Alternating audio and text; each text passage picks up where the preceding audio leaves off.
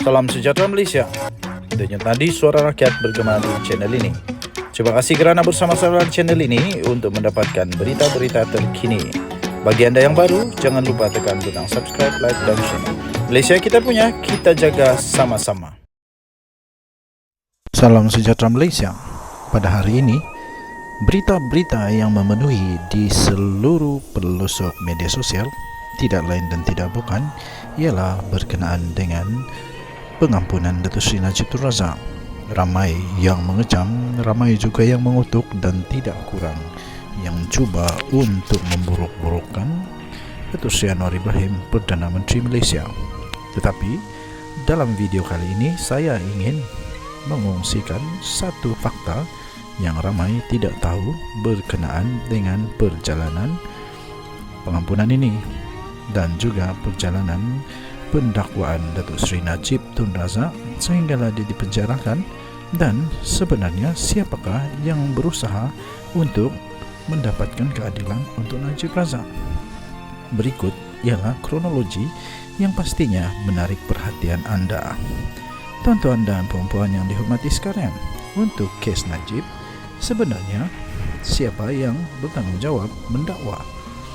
Tidak lain dan tidak bukan adalah Atok Saka yang telah berjanji untuk mendakwa Najib Razak sekiranya dia jadi Perdana Menteri. Dan seperti yang dijanjikan, benar sekali bahawa dialah yang bertanggung jawab mendakwa Najib Razak, dan juga kroni-kroninya termasuklah telah berjaya menjalankan tanggungjawab untuk mendakwa Najib Razak sehingga Najib masuk penjara. Kemudian Abah Kau pula pada ketika dia memerintah sebagai Perdana Menteri Malaysia, pada ketika itulah bicara mahkamah dijalankan. Kemudian seterusnya siapa lagi yang bertanggung jawab?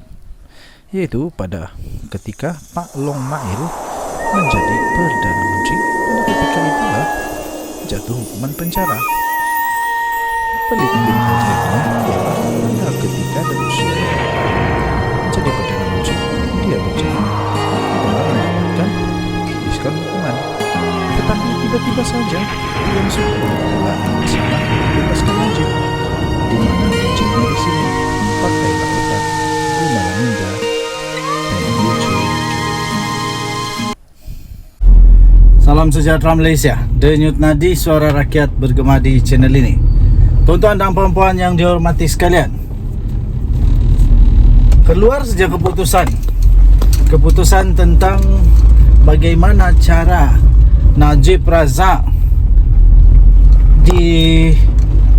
diampuni, yaitu bukan pengampunan penuh tapi hanya dapat diskaun.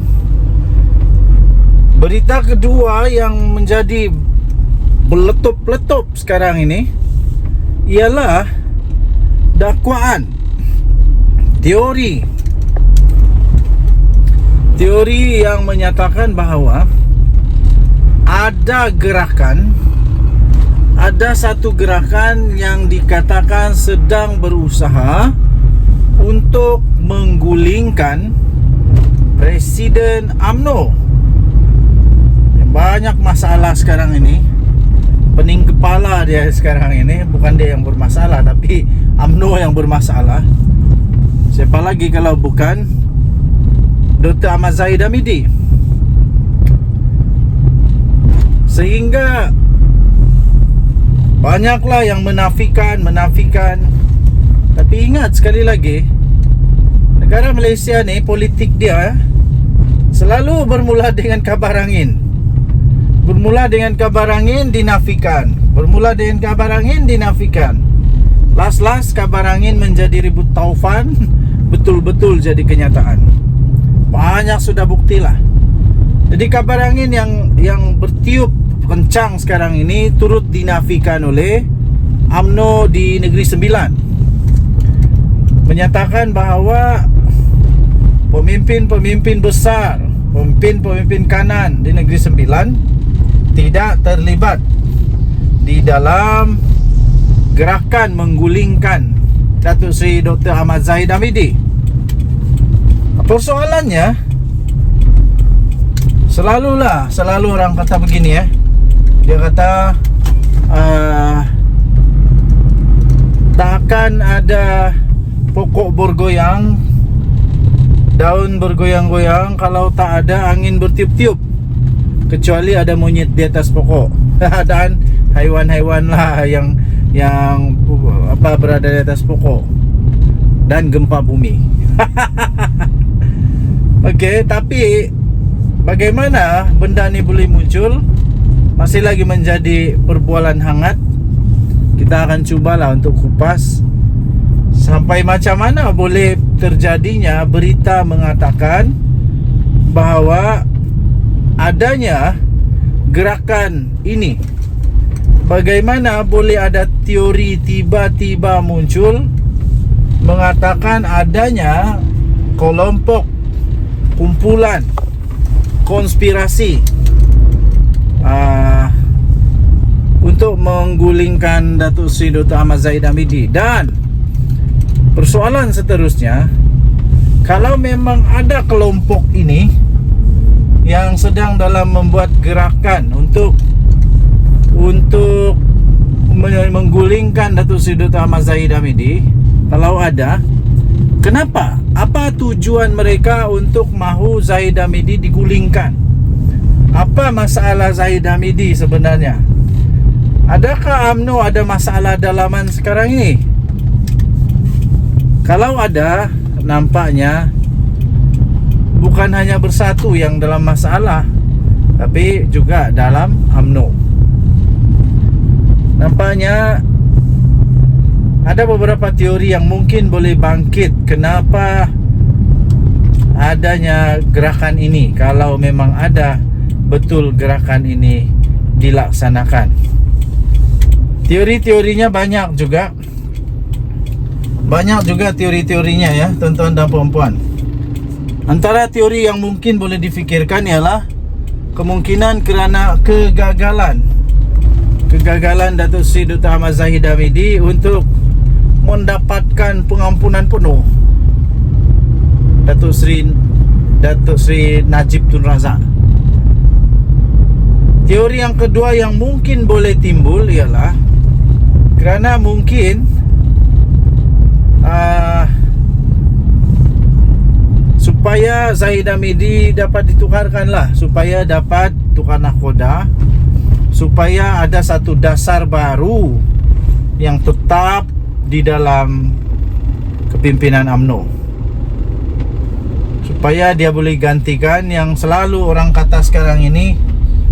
Zahid Hamidi dikatakan antara lain didakwa sebagai detektor kuku besi dalam pemerintahan, dalam kuasanya dengan UMNO. Walaupun ramai yang tidak bersetuju, tapi ada orang-orang yang kata begitulah. Di mana siapa saja yang cuba untuk membuka suara, menyatakan pendirian yang tidak berkenan kepada Presiden UMNO ini, pasti akan diambil tindakan drastik, tegas. Termasuklah keahlian digantung seumur hidup, walaupun besar mana pun orang tu. Contohnya Khairi Jamaluddin, yang sampai sekarang masih ramai orang yang melihat bahawa itu satu kerugian yang amat besar kepada UMNO kerana membuang seorang yang amat penting. Ya, amat penting. Perlu ada untuk pemimpin masa depan UMNO. Jadi tuan-tuan dan puan-puan yang dihormati sekalian, persoalan yang timbul seterusnya ialah siapa mastermind di dalam konspirasi? Siapakah dalang sebenar di dalam gerakan untuk menggulingkan menggulingkan Zahid Hamidi ini sekiranya ada?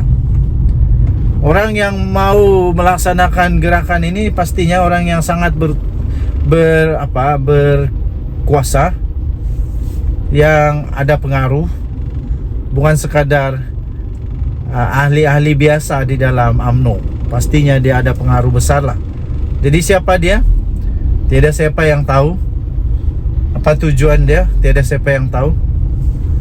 Kalau memang betul dia yang jadi dalang, pasti ada kelebihan, ada benefit, ada interest kepada dia. Jadi pasti nanti lama-lama timbul juga siapa yang terlibat kalau ada. Tapi rasanya tak ada kot. Rasanya macam tiada saja. Sebab kalau ada, mesti semua satu Malaysia heboh lah, mesti heboh habis. Tapi sekarang ini baru start, baru bermula. Ada atau tidak ada, kita tunggulah. Perlahan-lahan muncul juga nanti. Pengalaman saya, pasti akan muncul juga nanti kebenaran. Denyut Nadi Suara Rakyat terus bergema di channel ini. Jangan lupa untuk tekan butang subscribe, like dan share. Malaysia kita punya, cinta Malaysia aku, kita jaga kita. Jalan-jalan dulu di Bandar KK. Cari makan dulu, makan tengah hari. Kita jumpa lagi, bye-bye.